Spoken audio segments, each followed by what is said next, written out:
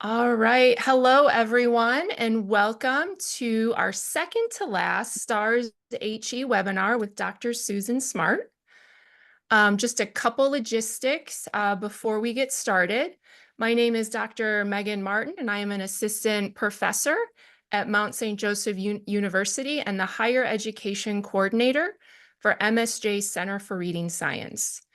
I will email a link to the recording of this session to all registered participants. Usually by the end of the week, I can get that figured out with YouTube. And then the recording will be available on our Center for Reading Science YouTube channel.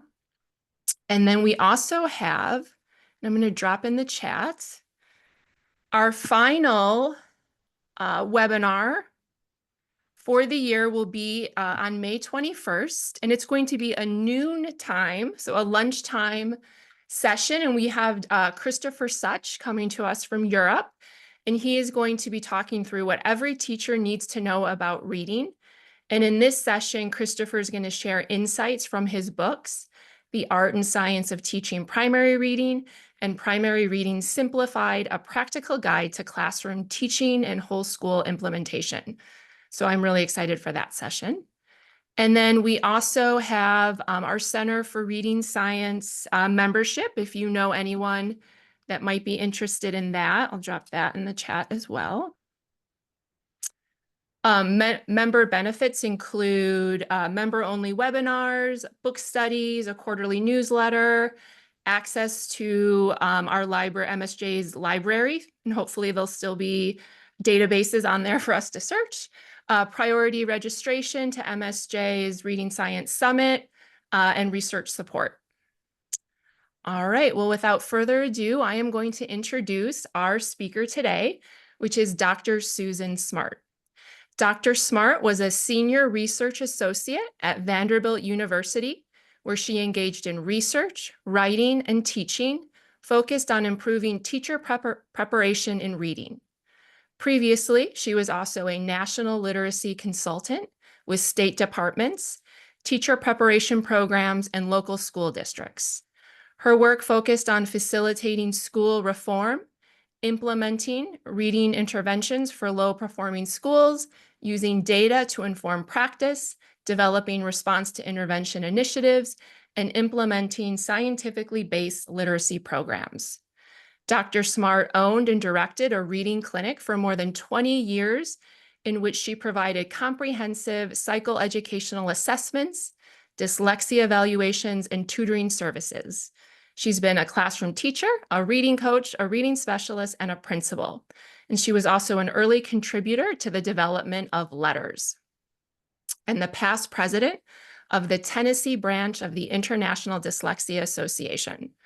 Her publications include journal articles, edited volumes, and books on research-based reading interventions, and the ones that we're here today to talk about, and then also literacy instruction.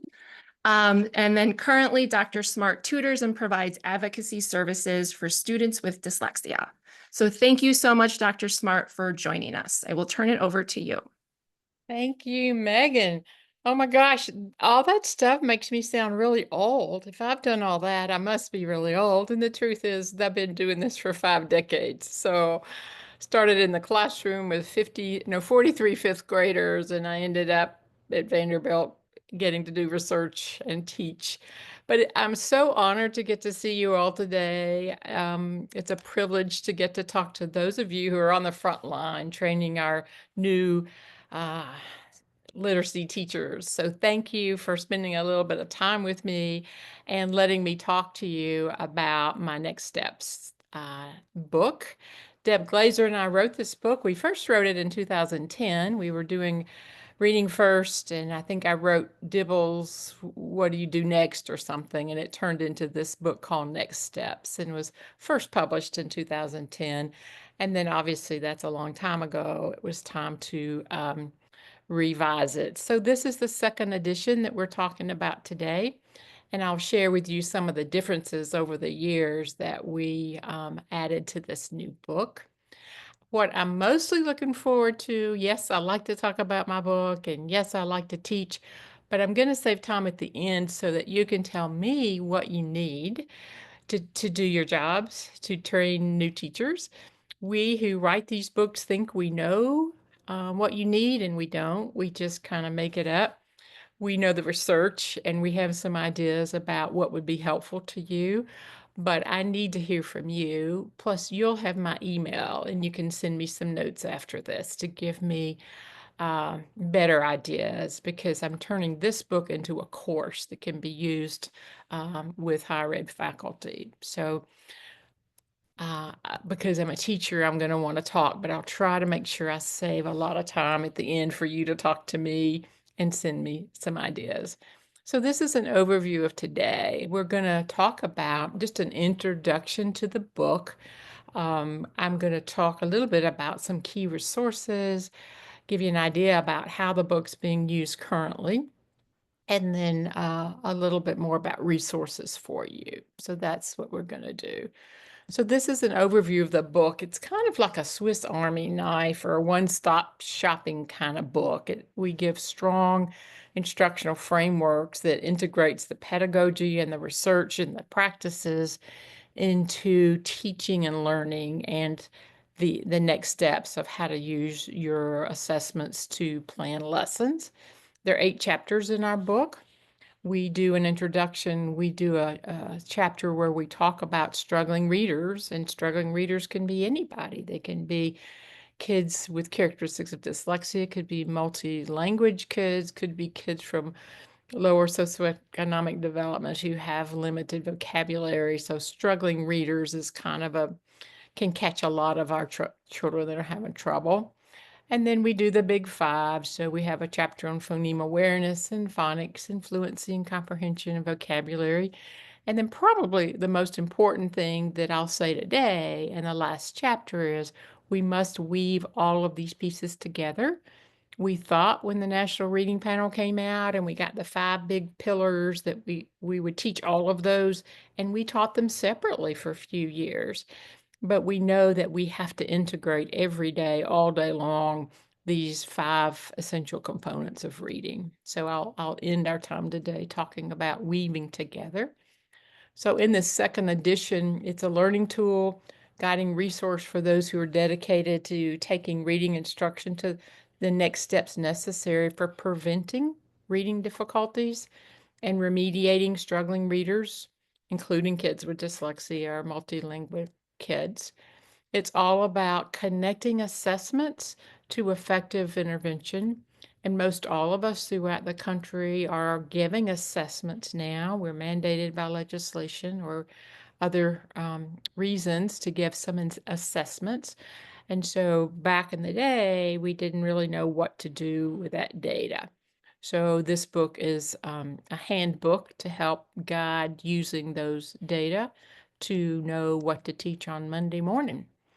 So we think of teachers as becoming judicious teachers. We want them to understand whether they call it RTI or MTSS.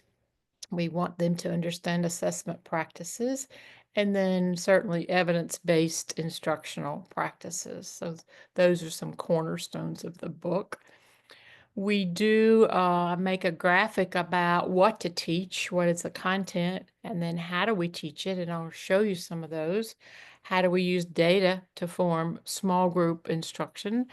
And then what's the lesson structure? So you'll hear that STEPS, STEPS, stands for components of a lesson plan that teachers can use in all 5 of those essential components of reading. If you see a little book in the bottom right-hand corner of my slide, that tells you what page this is on in the book. So if you are teaching this or at a book study and you had the book in your hands, you could look at the textbook and actually find what I'm talking about or what I'm teaching. So more things about this edition, enhanced information about the reading brain. So we do all of the 4-part processing and show diagrams of the brain and talk about how those pieces of the brain impact your instruction. I put an an updated assessment chart in every chapter so that if you're looking for phoneme awareness assessments or comprehension assessments, I've listed assessments and whether they're free or you have to pay for them and what types of assessments. One professor in Iowa tells me her students love that page the best. Part of their course is to take an assessment and teach a child as part of their final assessment, a final outcome. And so they love that particular page in each chapter. I have more than 20 pages at the end online where you can access downloads of links to webinars or articles or courses or anything that's related. So trying to keep those who use the book who want to know more and dig deeper, then all of those resources are available for them online. Strategies for connecting assessment to lesson planning. That's the big takeaway. Interventions for all early readers. So again, struggling, however, whatever the base may be for their struggle. And then in every chapter, there are activities, probably 15 or 20 activities that the student or the user can use to actually teach a student. And so the book's often used with a tutoring component built into the course, or the professors use it for the students to practice some of the activities within their classes. And then the downloadable forms. So much of what I've written, you can just download and use it again and not have to create any of the forms. We took a deeper dive into MTSS now. So it helps schools use assessments that are valid and reliable. Collaborative teams. We hope that this book will be used by teams in schools and that everybody in the instructional role at schools will be able to use our materials as they are making decisions. There are planning templates, which are kind of lesson plans that help engage through explicit and systematic instruction. The focus is on structured literacy. And again, the 5 components with the practice activities. So that's an overview of how we changed this newest edition from the old ones. So again, research to practice is what we all are focused on. These are the chapters, as I said, introduction, and then the background of the science of learning is mainly in that chapter 2, and then 5 chapters with the components, and then weaving it all together. So chapter 1, we talk about instructional routines. What would that look like? What are the methods that teachers need to use in order to plan and get positive outcomes for all their students? Again, all struggling readers, we coordinate the fluency-based measures. So these are CBM measures primarily in this book, although we do have a diagnostic component in each of the 5 areas. So if you need a phonics screener, we've got it, or if you need a phoneme awareness screener, we've got that in there. How to group the kids, and you'll see that we take the data summary and show teachers how to use the printout they get of a classroom summary and form 4 small groups with that data. It's part of it. So essentially, if you listen to Stephanie Staller, we know that MTSS is the framework that we're planning instruction from. And our book is the application. So next steps answers the question, what do I do on Monday? I've got this data. How do I teach? And what do I teach? So that's the focus of our book.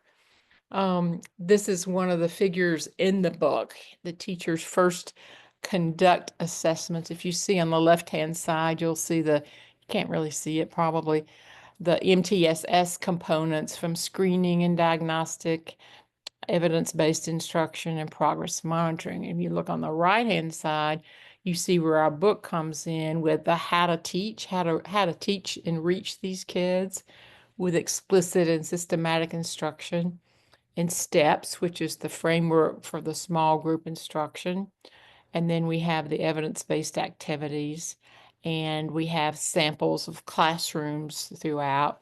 In the middle of that diagram, you can see what tier 1 instruction might look like, tier 2 or tier 3. So it's a weaving or a marriage of MTSS with instruction. So next steps emphasizes simultaneous integrated instruction. So if we think about struggling readers, the assessments help us know who are the struggling readers, the kids who are not learning at the expected rate. Again, could be for various reasons. Challenges may be due to word recognition difficulties or language or both. Do these students, they require, we know how to teach these students. They require explicit, systematic, and differentiated instruction based on the science or evidence-based research. And they need sustained and integrative instruction, a lot of practice, as we know, in order to close those gaps and help maintain momentum. So the routines in the book, first of all, we identify students at risk. So you know that we're going to do some screening. And I think almost every state now, or at least 40 states, are mandating that there's some kind of dyslexia screening or some kind of screening. So that's the first step that helps us know which students are at risk. Then we determine their needs. Why are they struggling? Why is this happening? What reading skills do I need to teach? We plan instruction. What should I do about the struggle that those students are having? And then plan an evaluation. Is this working? Is what I'm doing actually effective? Did I implement the plan? And then if not, we make changes. And so all of that is what we're teaching in the book, to ask the questions and then the types of plans, the changes that you would make. We use the outcome-based model, which helps take word recognition and comprehension and turn these students into successful readers. So again, back to steps. The first one, we identify the students who are at risk through universal screening. Second step is to determine their needs. And so in all of the 5 components in the book, I give you a diagnostic assessment that you can use with those kids. Then we plan the instruction. We can use some of our activities that are in the book. Lots of schools have high quality instructional material. So oftentimes our work will implement or fit in the gaps that are missing in some of their core reading programs. And even there's schools today that don't have a core reading program. So our book helps teachers to assess and know how to provide evidence-based instruction. So that's kind of an overview of the first 2 chapters. And then we get into the big 5. So it probably should say chapter 3 through 7 there instead of 2. And with each of the 5 components, we define it in the beginning of the chapter. We talk about the research that goes along with that component. And the outcomes are which students are at risk. Some are identified by dyslexia screeners. Again, some are multi-language kids. The next part of every chapter is how and when to assess, and then what to teach.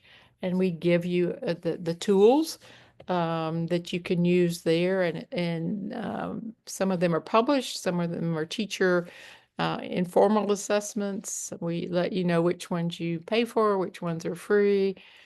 In the resource list that's online, I have links to all those assessments, so you can just click on them. Examples, tools, activities. So if we identify a need, then we talk about what you can do to support that need. And we give you the lesson plan, which is called STEPS, and I'll show it to you in a minute. And we want to ask, is what we're doing working? Is my instruction effective? And we teach how to look for that, and then additional resources. So here's an example. For example, the next few slides are going to just be a snapshot of some of those chapters. In that phoneme awareness chapter, we would define the terms. You know, we've kind of had a shift over the last few years in how we think about phonological awareness and phoneme awareness. So we made sure we had the latest research to help students know what we're talking about and how instruction should follow that. Um, Student data, we think our book can be used at the school level, certainly with individual teachers analyzing their outcome data, the classroom data. So these are some of the assessments that are included in the book. There may be other assessments that you're using or that states are using, but these are kind of the main ones across the country that we're hearing about that are the curriculum-based measures. Um, so we talk about effective teaching behaviors. So it's not just the what you're going to teach, the how you're going to teach, but there's some behaviors that we spend time talking about. The importance of modeling. We define it. We give you the script for modeling what you might say if you're modeling a particular idea or concept. Specific praise. What are some examples of what a teacher might say to student? Corrective feedback, scaffolding, pacing. I know back in the day, Anita Archer would always talk about perky pacing. And we're going, okay, is this perky pacing that I'm doing? So we make sure that this book is not just about content, but it's about process. How do you teach? What does the research tell us about the most effective ways for teaching students? Um, this is one of the graphics that tries to summarize that in this book. We're talking about the what to teach.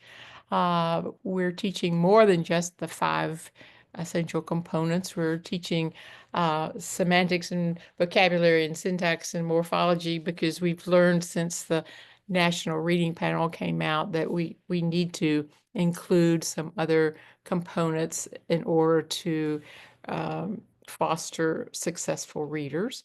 And we talk about the need to teach that content in an integrated, woven, simultaneous way.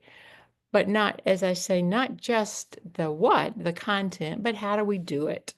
So in the book, we talk a lot and give examples for what does explicit instruction look like? What does systematic mean? We hear those terms all the time, but what do they mean? What does cumulative mean? Corrective feedback, and so forth. So that's one of the graphs or the figures in the book that we make sure that we elaborate on and have the students that were the pre-service teachers practice the how to do it. Just another way to think about how we teach struggling readers, implement scientifically based reading assessments to start with, use that data to create small groups, use informed interventions. I heard something at the Reading League this week, the summit. They said, would you use dentist pay dentist for your dentist? So you can think about all the sources that teachers go to try to support their decision making for instruction. And we want them to use data and evidence-based interventions for the students. Again, using the latest research and using effective teaching methods. So data-based decision making is the cornerstone of this book, and it's kind of the umbrella that we use the term for making management and instructional decisions for locals, district, and state, and we would hope federal, national. Here's just a slide to talk about curriculum-based measurement and what it is, and the importance of using that to make decisions for children and to see if our instruction is effective. And then this is a slide just to help us see that of those 5 components of instruction, essential reading skills. Here's an example of the names of some of the curriculum-based measures. So in some of the Acadience or Ames Web Plus assessments, they might use first sound fluency or phoneme segmentation fluency if they want to assess phoneme awareness. So we have to be very explicit in helping students recognize the measures that they're using and what component they're assessing. The simple view of reading, of course, people talk about that and the importance of that. And what I wanted to do was take that word recognition times oral language comprehension equals reading comprehension and break that down. So what is word recognition? And so this graph tells us what would be some of the components under that heading of word recognition, and then how would you teach it? So I often just try to take all of those words and theories and concepts that we're given and put it into practice. If you need to, you've identified oral language as a weakness, what does that mean? And then what might be some examples of what you would teach if you identified a student needed some strengthening in oral language. And again, when we're teaching, it's always going to be explicit and systematic and sequential. So that's just a figure that's on page 26. You can see the little book in the bottom right-hand corner to help you follow along. So I talked about the data. I talked about the idea of teachers getting their classroom summary and the printout of that. And so they have a sheet with all the students' names and all the assessments across the top, and then the numbers, the performance of the kids. And I take that and turn it into an example in here. It's Ms. Mayfield's first grade class. And I show them how I took the data and divided those children into 4 different groups and what the instruction would be in each of those 4 groups. So I model how to do that. Um, I can talk a little bit about the teaching. So once you've decided, let me skip that for a second. I give them a blank sheet so they can sort their own students. Um, I also give them an example of what would it look like to be teaching. Let me go back to the steps. So this is, we say once we've taught students science of reading, what the content is, the effective approaches for instruction, it's time, and they've got data, it's time to turn that into instruction. So we've given them this template, if you will, for planning a lesson plan. And that's where the name of the book comes from, Steps. So the first, it's a usable, efficient, proven way to organize their lessons. So it incorporates all the things we've talked about, systematic instruction, in order to enhance the reading outcomes. So the S for the first letter in steps is what about 2 or 3 minutes in the beginning of a lesson plan, which is the setup, getting the kids ready to learn. It's usually a review of something they've done the day before. So that's the first part of the lesson plan. The second part may take 3 or 4 minutes, and this is the I do part. This is the part where the teacher's teaching the new content. So that's the instructional part. It's very explicit teaching, the teacher models.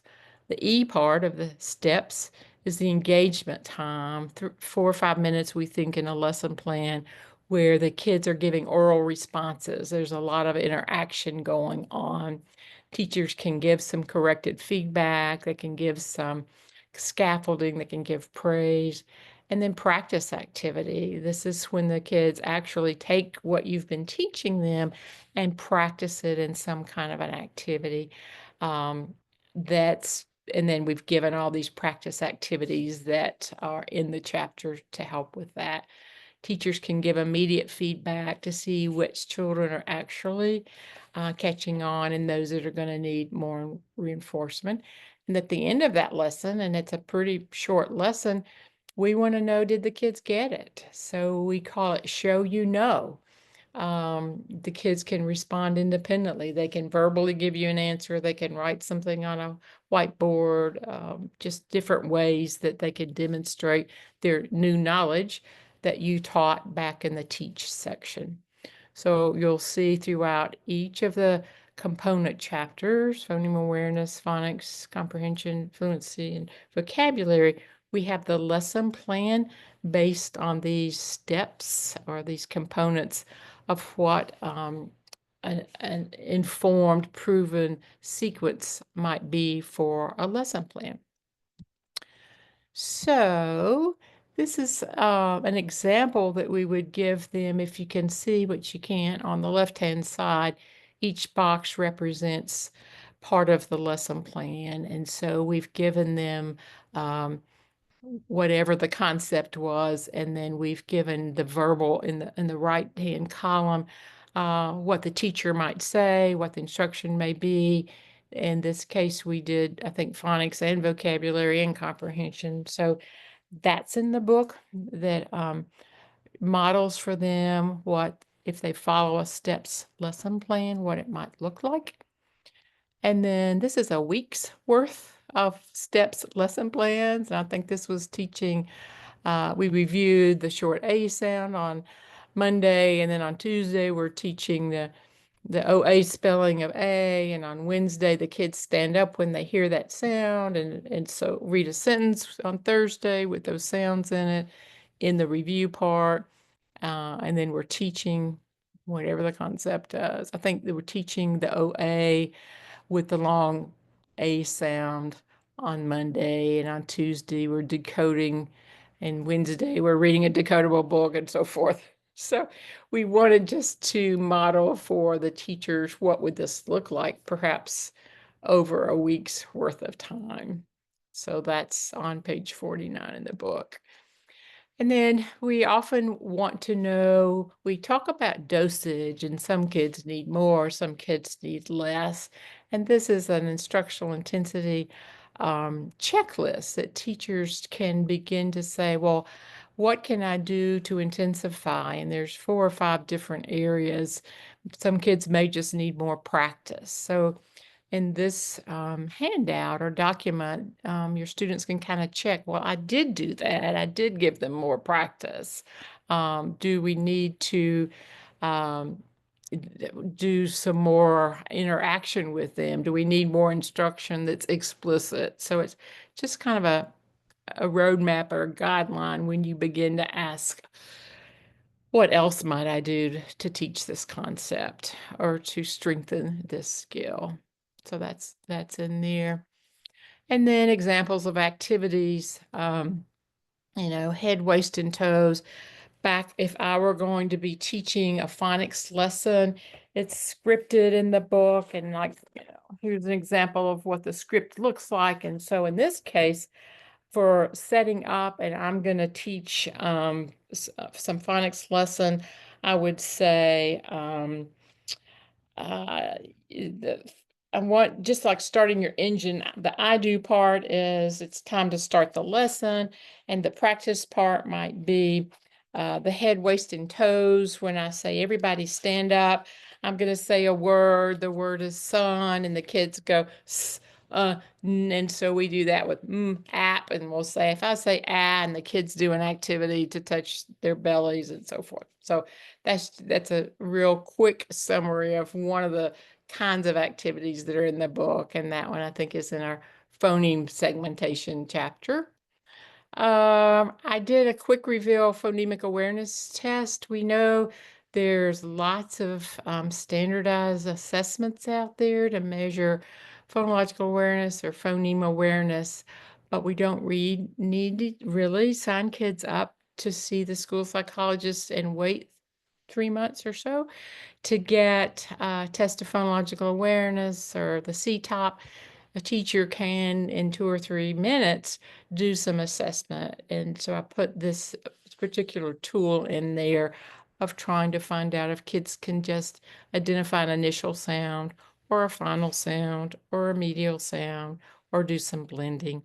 So that's in the appendix of the book. And that's one of those things that you can just download and copy for yourself. Fluency activities, so we'll have things like paired reading and high frequency words, and I think I'm running out of time. This is an example of the pages that will show you different types of assessments. This one would be in the phonics chapter. Some vocabulary, we talk about how we integrate the sounds and use the word in a sentence for chain.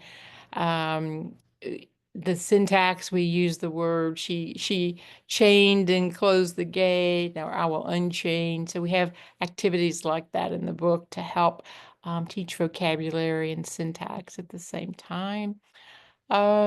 This is an example of the digital resources.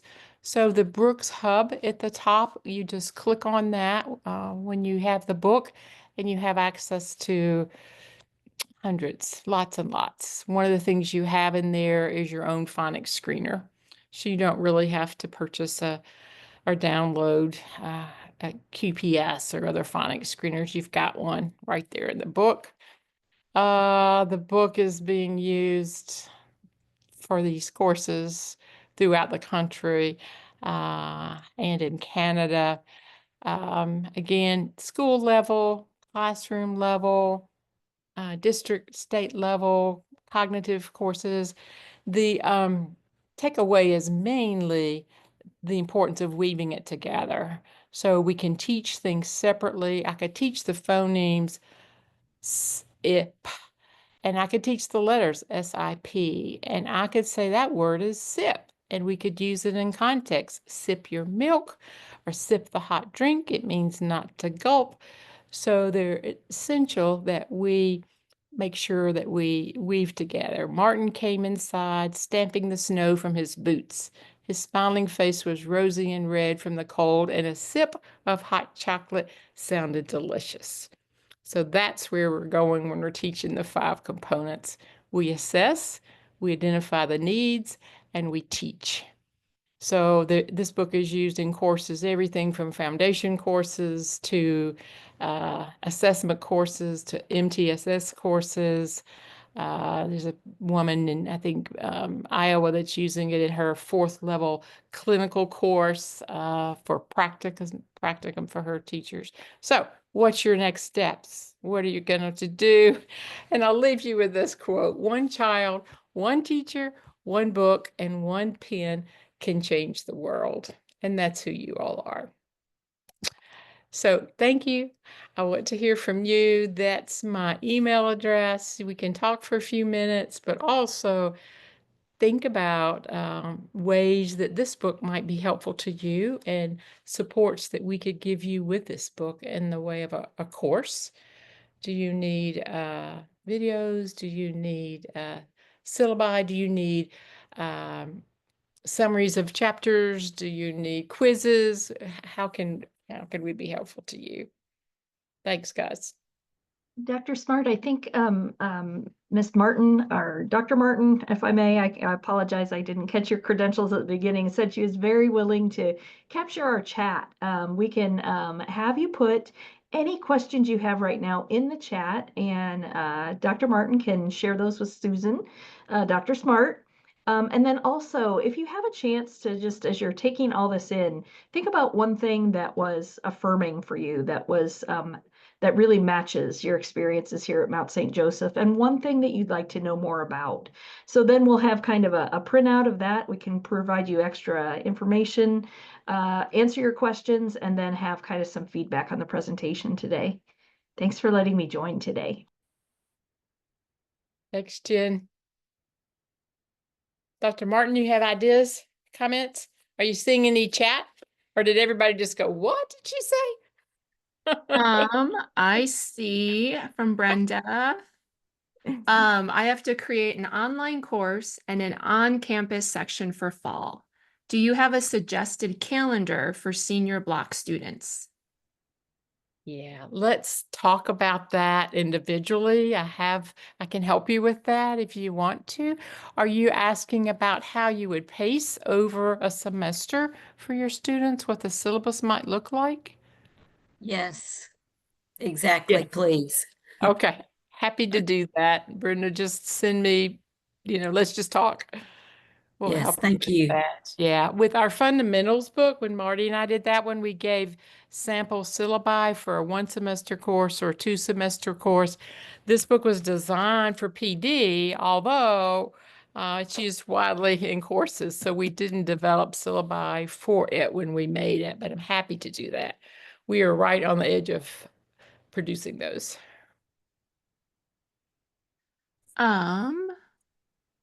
It's also shared that videos of implementation would be great. I know video examples are always very, very popular. Do you have slides developed that go along with each chapter? It's coming. It's coming, and that will be part. We're doing a train the trainer for states.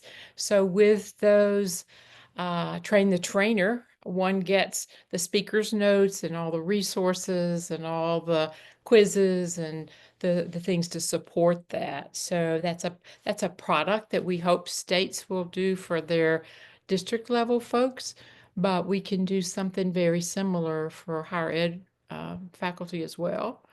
We just need to know what you need. All I've done is write the book and then take a nice break. Some additional things that would be helpful, a reading guide for students as they read through the chapters, and then sample quiz questions, Yes. are always very helpful. Yes. Let's see, Martha shared, I have to create a 7-week course next spring, 2026 for assessment and instructional design for at-risk readers. Okay. She was just sharing. She will definitely reach out for ideas and suggestions. Great.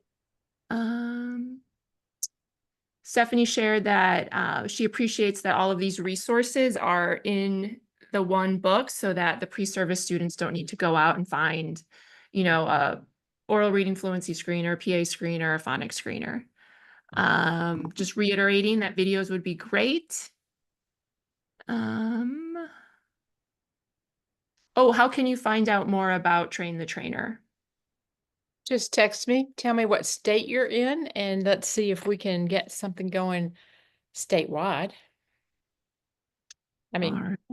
yeah. How will participants know when all of these things yet to be developed will be available, and then how would they access them? That's a great question. I'm wondering if there's a way through STARS that we could do a circle back, a follow-up of something that might be helpful. I don't know, Dr. Martin, that you would want to do that. If we had a mailing list, if people wanted ongoing updates as we continue to grow, we would be happy to support people through, just let them know where we are in terms of the growth of resources. Okay, yeah, I think we can problem solve that and talk to Dr. Stoller. I'm sure she has ideas as well. Activities to apply and practice would be great. Things that might build on the examples you already have and then have additional practice. Sample assessments for teacher candidates to analyze. Yes.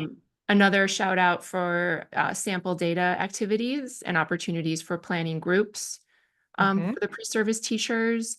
And then Dr. Seaman shared that she had her higher education students engage in a data grouping activity as they got ready to do their field work, and then use the students, and then the students implemented assessments and implemented instruction with a student.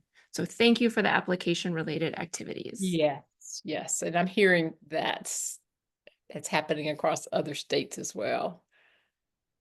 So I think the application is from beginning introduction. What is the science of reading structured literacy thing? What is CBM? What are measures?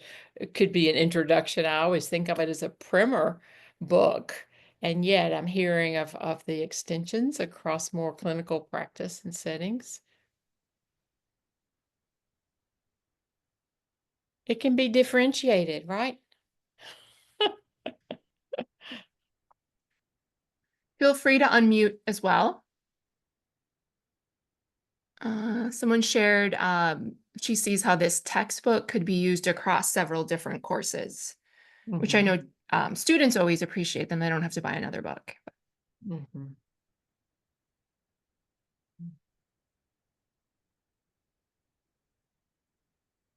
Although book buying makes me feel good. I like when I'm sad, I'll order a book on Amazon and then I feel a little bit better. Well, and some of us really like the paper and pencil kind of learning versus the digital kind of learning. Our students seem to like that too, having the paper copy. So it's really nice when the things that they need that they can access electronically are not directly tied to having an e-text. So thank you for doing that. It's a nice, easy to read text, but has good information. Yeah. Thank you. And what I do is tell them to fill it with sticky notes, you know. Yeah, they're annotating text. We're talking about that. Mhm. Anything else or any other wishes while we have Dr. Smartt with us? This is your time. Have your voice heard. Dr. Martin, you want to show them the fundamentals book? Because it came out 3 years earlier, and it was written as a textbook. So it has the quizzes at the end of the chapters, and it has the answers for the faculty, and it's um, another helpful resource is a literacy textbook. Can be used in graduate courses, yeah, as well. Thank you. Show and tell. Well, thank you all. I just love getting to teach and talk and share and learn from you. So anything any way I can help you going forward in your work, thank you for being there and doing the essential work that you're doing. And I dropped your email in the chat, so it's easy for people to copy if you have any other further follow-up or other questions that you want to discuss with Dr. Smartt. And we appreciate you all for being here. Sign up for our final spring webinar with Christopher Such on May 21st, lunchtime. That'll be a nice one. All right, I will stop the recording. Thanks, everybody. See ya. Thank you so much, Thank Susan. you.